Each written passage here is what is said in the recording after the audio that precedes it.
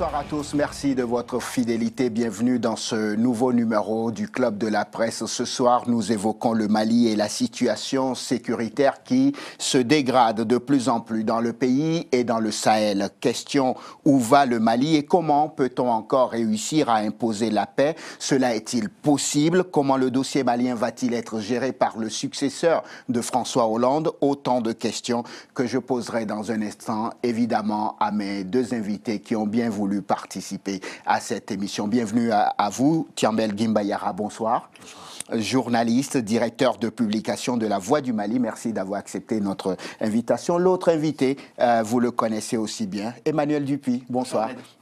Vous êtes consultant dans le domaine défense et sécurité, président de l'Institut Prospective et Sécurité en Europe. Merci aussi à vous de participer à cette émission consacrée au Mali. Avant de vous donner la parole à tous les deux, j'aimerais que l'on revienne sur l'un des derniers épisodes, évidemment, de cette violence terroriste dont je parlais tout à l'heure dans mon introduction. C'était mardi dernier, on a appris la mort d'une dizaine de soldats maliens attaqués dans le centre du pays. C'est Moïse Moukoro qui nous en parle le mieux. Mardi contre l'armée malienne a eu lieu dans la zone de Napala, dans le centre du pays. Alors que les militaires rentraient des missions, leur véhicule saute sur une mine. L'explosion est suivie d'échanges de tirs avec les assaillants qui avaient tendu l'embuscade. Dans les rangs de l'armée malienne, on compte au moins 9 morts et 4 blessés. Côté djihadiste, il y a également des victimes. Le gouvernement malien condamne un acte terroriste lâche et barbare. Les djihadistes seraient venus de la forêt de Ouagadougou, située à quelques kilomètres du lieu de l'attaque à la frontière mauritanienne. La forêt est utilisée comme base arrière par des terroristes qui ont déjà mené plusieurs attaques contre l'armée malienne à Nampala. Un Touareg, ex-déserteur de l'armée malienne, est notamment soupçonné d'être à la tête d'un des groupes djihadistes dans la zone. L'attaque de mardi contre l'armée malienne intervient quelques jours après une opération de la force française Barkhane à Foulsaré. Une autre forêt sanctuaire des djihadistes située à la frontière burkinabé.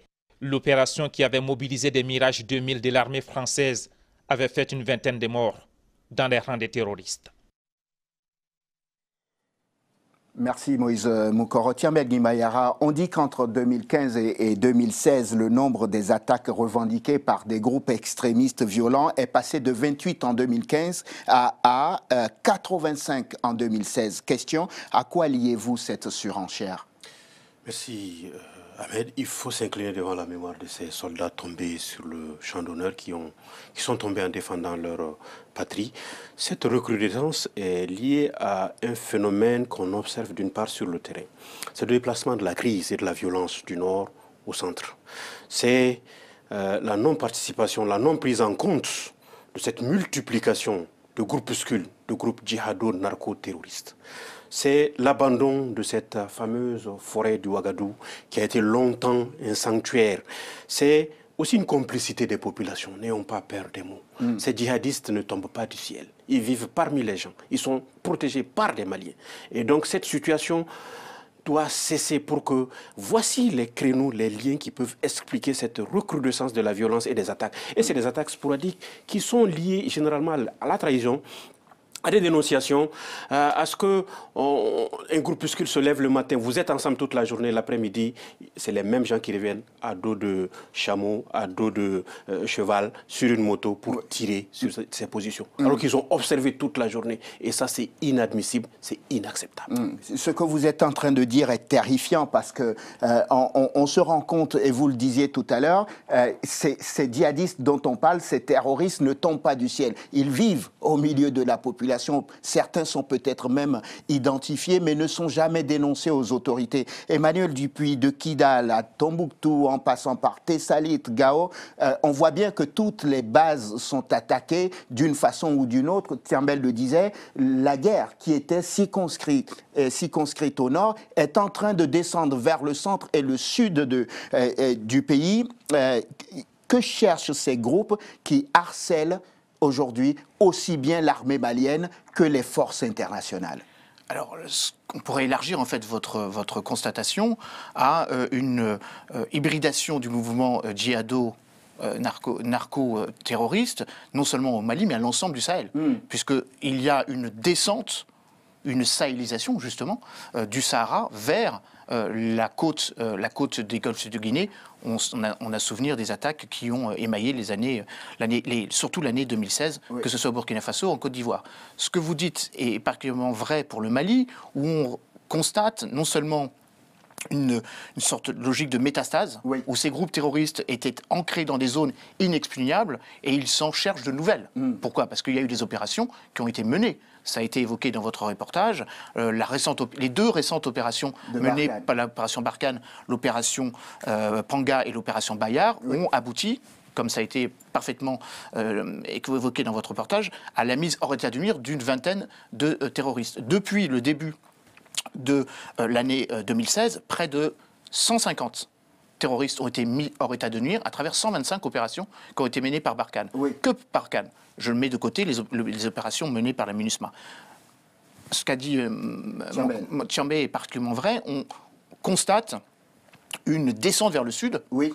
Qui suit la boucle du fleuve Niger et qui a tendance à s'élargir en dehors du territoire malien, vers la Mauritanie, d'où les attaques à Nampala. D'ailleurs, il y avait eu plusieurs attaques à Nampala. Hein. En juillet 2016, il y avait eu près de 17 victimes. Là, on a malheureusement, et vous avez raison de le dire, à s'incliner devant la mémoire de 9 ou 10, je crois que c'est peut-être 10 oui. Militaires maliens qui sont tombés, mais il y a aussi des attaques de l'autre côté, sur la frontière avec le Niger, dans la zone du Liptako-Gourma, oui. Dans ce qu'on appelle le Massina, d'où d'ailleurs l'émergence de nouveaux fronts. Je n'en cite qu'un, le Front de Libération du Massina, oui. Avec Amadou Koufa, celui qui en est le prêcheur et le chef militaire.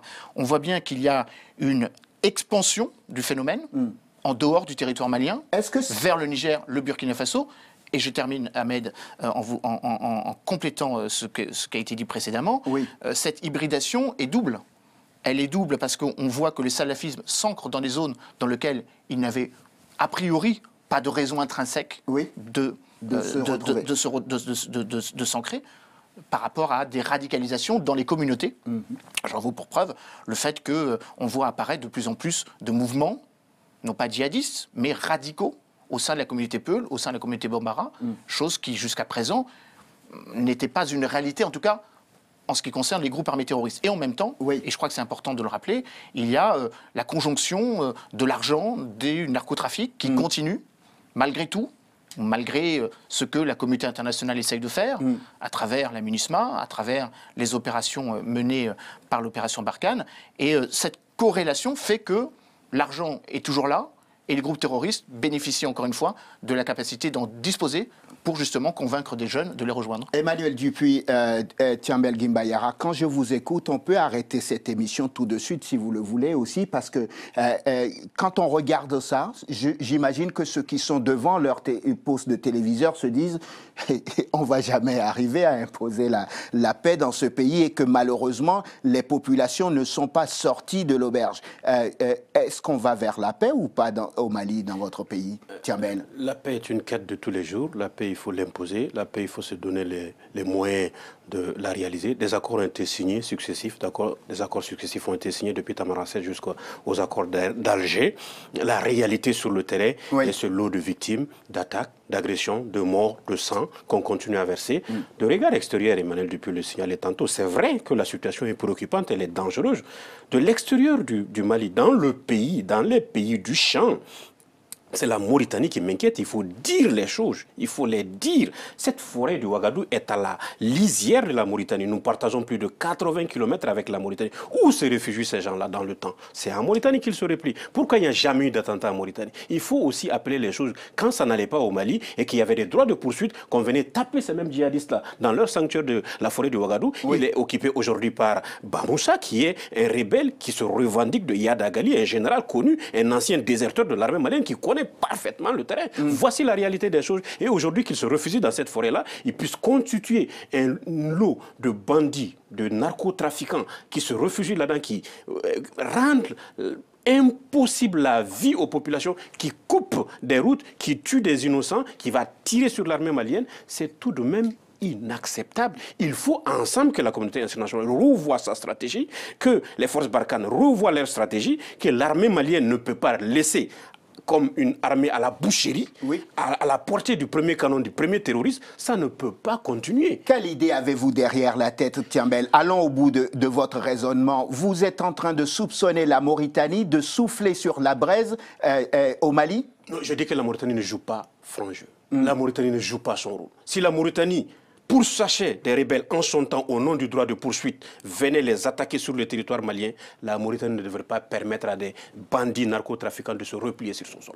La Mauritanie a accueilli le MNLA dans son temps. C'était le siège de la branche politique avec certains qui sont aujourd'hui dans le gouvernement malien. Certes, la Mauritanie ne devrait pas accepter de recevoir des bandits sur son territoire. Elle doit aider l'armée malienne, elle doit aider les forces des armées de sécurité. Barkhane doit aider la communauté internationale à contrer ces bandits-là, à les attaquer, même si ces bandits ne commettent pas d'attentats sur son territoire. Emmanuel Dupuy, si rien n'est fait, donc est-ce qu'on est en train d'assister à l'implosion de l'État malien? Alors, je ne dirais pas que rien n'est fait.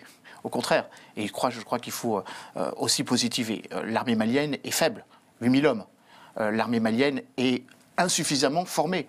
L'opération européenne EUTM, qui avait pour mission de former à raison de 300 hommes par tous les 3 mois, donc un bataillon, prend beaucoup de temps à former cette armée malienne. Pourquoi? Parce que l'argent de la communauté internationale ne vient pas forcément aussi aisément, de manière aussi fluide que nous l'aurions souhaité. Ça, c'est la première chose. Moi, je partage tout à fait votre point de vue. J'accuse pas le président Aziz d'avoir une culpabilité. Par contre, ce qu'il est vrai, c'est qu'au moment où nous créons, en février 2014, le G5, il devrait y avoir une coordination parfaite, exemplaire. Droit de poursuite, opération mixte et mobilisation non seulement de l'opération Barkhane, 4000 hommes, de la MINUSMA, près de 13 800, on en est à peu près là, enfin en tout cas moins de 14 000 hommes, et bien évidemment les FAMA comme les forces armées des pays voisins.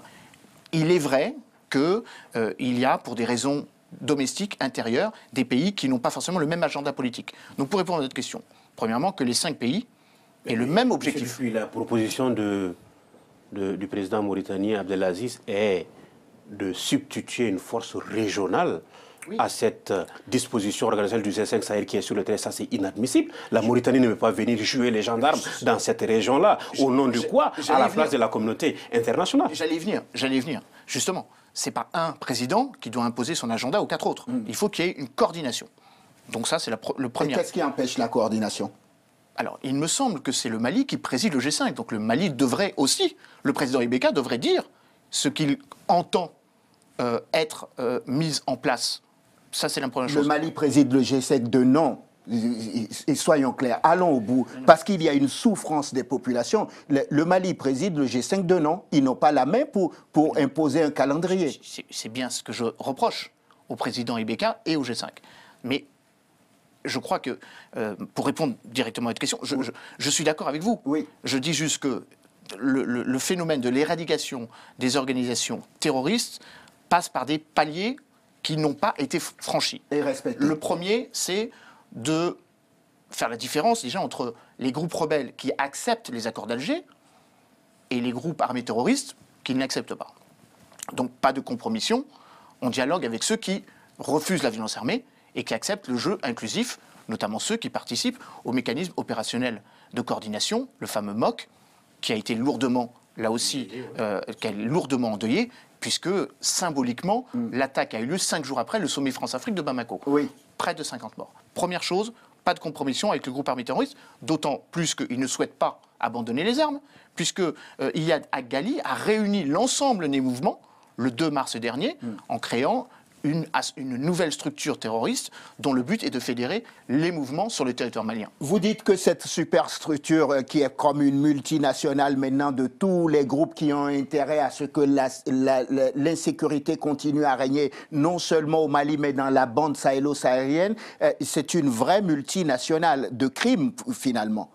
Il faut la combattre ou pas? C'est une coalition de terreur, une coalition d'obscurantistes, une coalition d'hommes et de femmes animés d'une volonté de nuire aux populations, de tuer, de traîner dans la boue l'honneur et la dignité des gens. Ils s'en réclament, ils le font. S'ils sont capables d'aller aussi loin dans l'horreur, s'ils sont capables d'aller aussi loin dans la violence, pourquoi la communauté internationale, pourquoi la MINUSMA, pourquoi le G5 Sahel, pourquoi l'Union africaine, Pourquoi les pays du champ ne peuvent pas fédérer leurs unes, ne peuvent pas fédérer, ne peuvent pas s'entendre sur un plan d'action pour bouter ces terroristes? C'est qu'il y a anguille sur roche, il y a des gens qui les protègent. Il faut dire les choses comme ça se passe. Et cela doit cesser. On ne doit pas accepter de protéger des gens qui ont comme seule mission, comme seule ambition de tuer, d'imposer la charia. Nous ne sommes pas un pays héritier de la charia. Nous avons connu un islam à visage ouvert, un islam sahélien, un islam vivant, un islam humain, un islam qui date du Moyen-Âge. On n'a pas attendu ces obscurantistes pour que l'islam vive sur nos sols. Quand vous dites ces personnes ont peut-être un parapluie caché quelque part pour qu'on les protège, c'est quoi l'intérêt, Emmanuel Dupuy? L'intérêt, comme on a cessé de le dire, c'est que les trafics continuent. L'intérêt, c'est que l'argent de la communauté internationale n'aille pas forcément là où il devrait aller, c'est-à-dire pour mettre en place des projets de développement. D'ailleurs, symboliquement, vous savez que ça fait 80 jours que le corps enseignant dans le nord du Mali fait grève. Pourquoi? Parce que les accords d'Alger précisaient, les accords d'Alger comme ceux du reste de Ouagadougou, qu'il y avait 30% de l'aide internationale qui devait aller vers le nord. Donc cette aide est d'une certaine façon dérivée, détournée. En tout cas, elle n'a pas atteint son objectif. Donc, il faut clairement que la communauté internationale mette de la conditionnalité dans l'argent qu'elle met à disposition du Mali, comme du reste des pays du voisinage, pour non seulement se réarmer, c'est une nécessité. Je rappelle que l'armée malienne est sous-équipée premièrement, et sans doute sous-calibré. Mais ça ne veut pas dire qu'il faut, par exemple comme le Mali, d'augmenter par 4 le budget de la défense, au détriment de ce qui constitue l'arme, à mon avis, absolue pour éradiquer le terrorisme, c'est-à-dire de l'inclusion sociale, de la gouvernance, de l'homogénéité dans le rapport entre l'État et les citoyens. Il faut investir dans l'agriculture, parce que si on ne crée pas des emplois, forcément, comme ce fut le cas avec Boko Haram, qui lui aussi, beaucoup de comparaisons sont possibles. La forêt de Sambisa au nord-est du Nigeria a servi de repère, parce que l'armée nigériane n'y allait pas. La forêt, par exemple, de Foursalé, qui là aussi a été l'objet de la récente opération Panga, est aussi un lieu où personne ne va. L'État a disparu. Donc il faut réaffirmer l'État dans ces zones dans lesquelles il est insuffisamment présent, avec, encore une fois, cette difficulté absolue que nous comprenions, nous, de l'étranger, de l'extérieur, la complexité des rapports entre le centre et la périphérie, dans un pays qui est gigantesque, 1600 km du nord au sud, 1,24 millions de kilomètres carrés. Pour nous, ce sont des ordres de grandeur qu'on a du mal à estimer. Mais parlons de cet État malien qui est juste circonscrit presque à Bamako, dans un bunker. Cet État est-il en capacité véritablement, ne serait-ce que de jouer son propre rôle régalien, d'assurer la sécurité de ses populations, quitte à obtenir de l'aide de l'extérieur? C'est inscrit dans la constitution malienne que le devoir premier de l'État est de sécuriser les populations qui vivent sur la superficie du Mali. Et la Constitution de la République du Mali engage l'État malien, engage les autorités en charge de la responsabilité publique aujourd'hui de prendre toutes les dispositions pour que les Maliens soient sécurisés. Mais ça, c'est dans la Constitution. Ça, c'est dans la Constitution, c'est dans les faits. La réalité est que nous avons hérité d'un État dans une situation difficile en déliquescence, qui est passé par un coup d'État qui a mis l'État à nu et par terre. La responsabilité, il faut la chercher au niveau des Maliens, au niveau des politiques maliens, au niveau de ceux qui ont hérité de cet État-là, qui dirigeaient à l'époque. Il est inadmissible à cette époque-là, à l'heure actuelle, de laisser un pays entre les mains pratiquement des amateurs. Ça, le capitaine Sanogo et sa bande ont ramassé le pouvoir dans la rue à Bamako. Ça, c'est inadmissible. Ils sont beaucoup pour cette situation d'occupation des 2/3. La situation était encore circonscrite avant le 22-23 mars 2012, qu'on en arrive là. Alors, si on est devant ce fait-là, la transition n'a fait que rétablir en appelant la France à l'aide, à l'appui. L'intervention Serval est passée par là. D'autres opérations se sont succédées pour aider l'État malien. La communauté africaine s'est mobilisée. La CEDEAO s'est mobilisée en plusieurs réunions. Ça n'a pas changé la situation. Oui. L'état de l'armée était là, la situation sécuritaire était là, le Mali était pris dans un étau où la situation de la Libye, nous avions hérité pratiquement à des hommes armés. La Légion verte, une partie de la Légion verte, une grande partie importante de la Légion verte est venue avec armes et bagages occuper cette partie nord. Ils se sont battus contre l'armée malienne. Ils se sont battus pour imposer ces djihadistes-là qui, finalement, notre pays est devenu un champ de conflit entre des intérêts que nous ignorons, un champ de conflit entre des puissances qui ont d'autres intérêts, mis par d'autres intérêts. Malgré l'implication, l'aide, l'appui de la communauté internationale, la mobilisation d'autant moins, le vote de plusieurs résolutions pour aider le Mali à retrouver son intégrité territoriale, Kidal a été libéré sans les forces armées maliennes. Tombouctou, Gao sont aujourd'hui pratiquement sanctuarisés et on nous distrait en ramenant un problème de pâturage au cœur de l'insécurité. La question du centre est un problème de pâturage qui est vécu par ces populations de tout le temps. Amadou Koufa, qui se revendique aujourd'hui proche de Yada Agali, ne fait qu'exacerber une situation qui a tout le temps existé. Les animaux vont et viennent à des saisons précises. Ces conflits entre agriculteurs et éleveurs est une constante, mais ça n'a jamais quitté ce domaine. Ça a été tout le temps circonscrit. Et vous avez parlé de la France. On va s'attarder quelques minutes sur la France avant de conclure cette émission, parce qu'on réfléchit quand même sur l'avenir du Mali, mais l'avenir de la force Barkhane qui est dans toute cette bande sahélo-saharienne pour lutter contre le terrorisme. La France, elle est partie pour durer au Mali ou ça se passe comment pour elle? Est-ce qu'elle n'est pas en train de s'enliser d'ailleurs là-bas? Alors, juste avant de répondre à la question, moi, je complète ce qu'a dit mon camarade en disant que effectivement la responsabilité du gouvernement malien est importante. Premièrement, parce qu'il a dilué le champ démocratique, et notamment en repoussant les élections municipales qui se sont tenues en novembre dernier, mais pour lesquelles il y a eu, si je ne m'abuse, moins de 100 communes qui ont pu voter. Il en reste 700. Qui n'ont pas pu, sur les 700 cercles que comporte le Mali. Donc moi j'attends effectivement que les prochaines échéances électorales, notamment les régionales, et le vote à Bamako, qui a été repoussé aussi en juillet prochain, montrent à quel point il y a peut-être une revendication politique et sans doute une opposition à la politique intérieure comme à la lutte antiterroriste prôné par le gouvernement de Ibrahim Boubacar Keïta. Pour répondre à votre question, le général qui commande Barkhane a dit deux choses. Premièrement, que l'opération Barkhane était là pour durer. Donc ce n'est pas une question d'enlisement, c'est une question d'évolution dans la mutation des groupes armés terroristes. Pendant les 2 dernières années, donc comme vous savez, Barkhane existe depuis août 2014, ayant succédé à Serval, initié en janvier 2013, il y a eu une préoccupation, sans doute non pas sur ce qu'on appelle le faisceau ouest, c'est-à-dire le Mali, mais sur les faisceaux est, pour lutter contre le phénomène de Boko Haram et de son expansion en dehors du Nigeria. La Tchad, la région de Difa, Niger, Cameroun, compte tenu aussi du fait qu'il y avait des otages français qui étaient retenus dans cette région. Là, nous avons un changement tactique où la mobilisation de Barkhane se fait davantage sur le Mali, ce qu'on appelle le faisceau ouest. C'est la raison pour laquelle il y a toujours 1000 hommes français qui sont sur le territoire malien. Ce n'était pas prévu. Ce qui était prévu, c'était une mobilisation sur le faisceau central pour que la crise libyenne et la porosité de la frontière entre le Niger et la Libye ne soient pas un vecteur d'augmentation du risque terroriste à travers les trafics d'armes, etc. Je réponds juste à votre question. Vous n'êtes pas en train de... Vous ne voulez pas me dire véritablement que la France est en train de s'enliser, c'est ça? Non, je dis que la France a les problèmes que connaissent toutes les nations, c'est-à-dire une difficulté à s'engager sur plusieurs fronts en même temps. Comme vous le savez, la France est engagée sur un front sahélo-sahárien pour lutter contre les groupes armés terroristes, mais également pour lutter contre Daesh au Proche et au Moyen-Orient. Donc ça, c'est la première chose. Deuxièmement, la mobilisation française ne saurait être qu'une mobilisation française.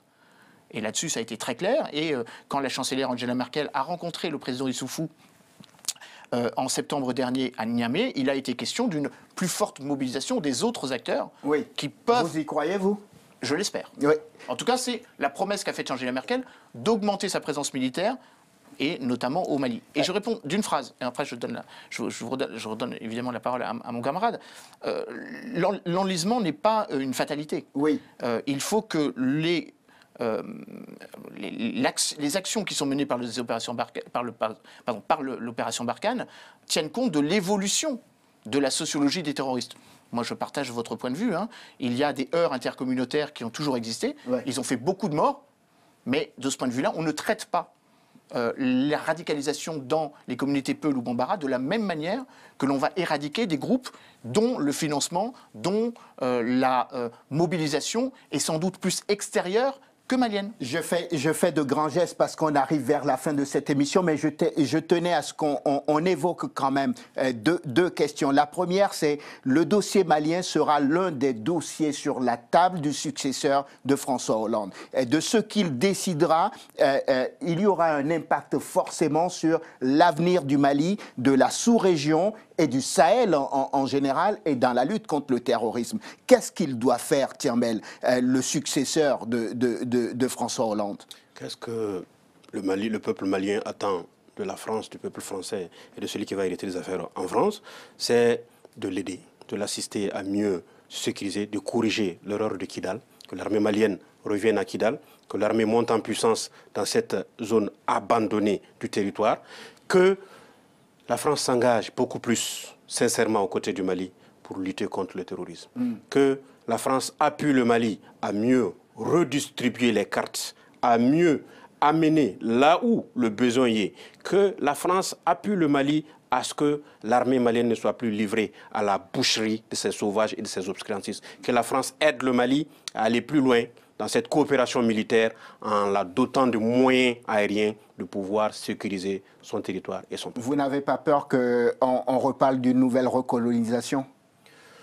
La recolonisation, c'est dans un échange équilibré, dans un échange de coopération et de collaboration entre deux pays indépendants. Ce n'est pas une recolonisation, c'est un aide, c'est un appui à des moments difficiles d'un peuple, tout comme nous l'avons fait pendant les 2 premières guerres mondiales et nous l'avons fait en Indochine et ailleurs. Tout comme on l'espère, on ne le souhaite plus, le faire dans d'autres situations, c'est un aide, c'est un appui, c'est une collaboration entre deux pays indépendants. Emmanuel Dupuy, en 3 phrases, la feuille de route du successeur de François Hollande sur le Mali en particulier, ça devrait être quoi au vu de tout ce que nous avons dit là? En complément de tout notre échange, première obligation, premier axe de travail, faire en sorte que les prochaines élections présidentielles de 2018 soient inclusives, démocratiques, transparentes, et que la question du terrorisme ne soit pas le blanc-seing qui permette au président Ibeka d'être réélu sans débat. Oui.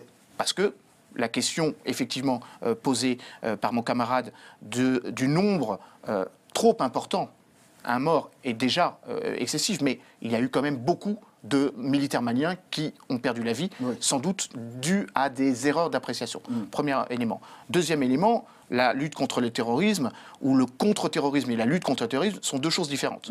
Et pour lutter contre le terrorisme, il faut essayer de trouver les racines qui permettent à des populations de pactiser avec l'ennemi au lieu de défendre leur État. Et accessoirement, d'éviter que des jeunes qui se trouvent en déshérence politique, sociale et sociétale ne commettent l'impardonnable, c'est-à-dire de devenir eux-mêmes des terroristes. Je dis ça parce que la question de la démographie est un des sujets sur lesquels il va falloir, à un moment ou à un autre, poser les vraies questions. La démographie dans le Sahel, vous voulez dire. Mais prenons que le cas du Mali.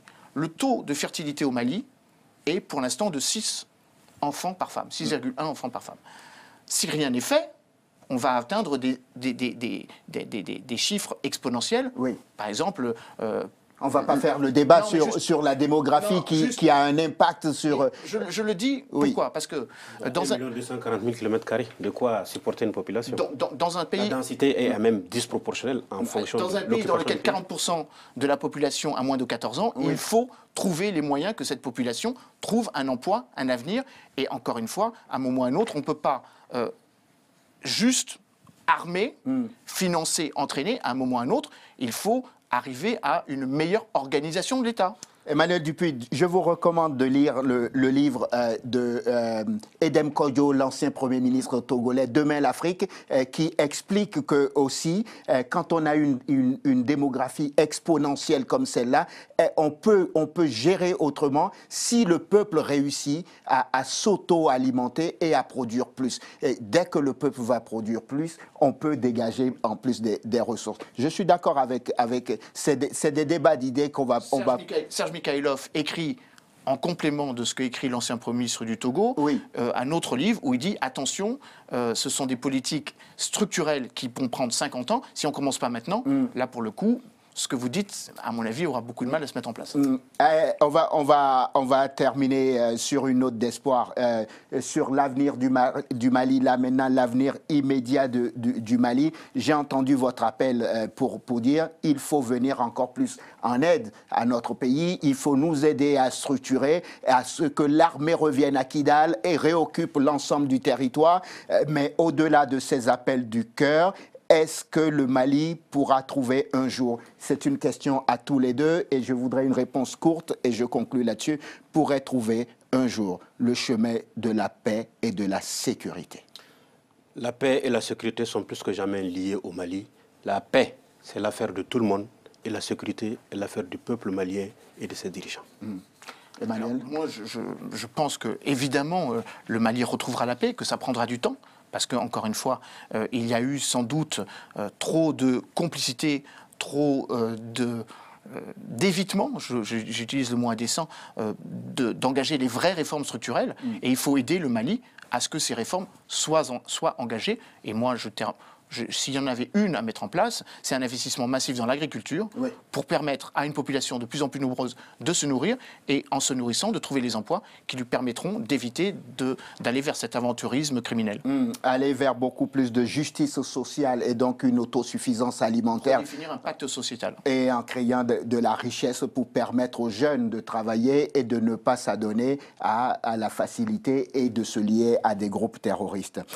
Thiambel Guimbayara, merci infiniment, journaliste, directeur de publication de La Voix du Mali. Emmanuel Dupuy, merci aussi, consultant dans le domaine défense et sécurité, président de l'Institut Prospective et Sécurité en Europe. Merci à tous les deux d'avoir participé à cette émission. On espère que nous avons réussi à vous éclairer sur ce qui se passe encore au Mali et que ce pays retrouvera un jour le chemin de la paix, même si ce sera long, a dit l'un des invités. Au nom de mes deux invités, je vous remercie de nous avoir suivis. Je vous souhaite de passer une excellente suite de programmes, évidemment, sur Télésud. On se retrouve samedi prochain, 19h30, pour un nouveau numéro du Club de la Presse. D'ici là, portez-vous très très bien. À très bientôt.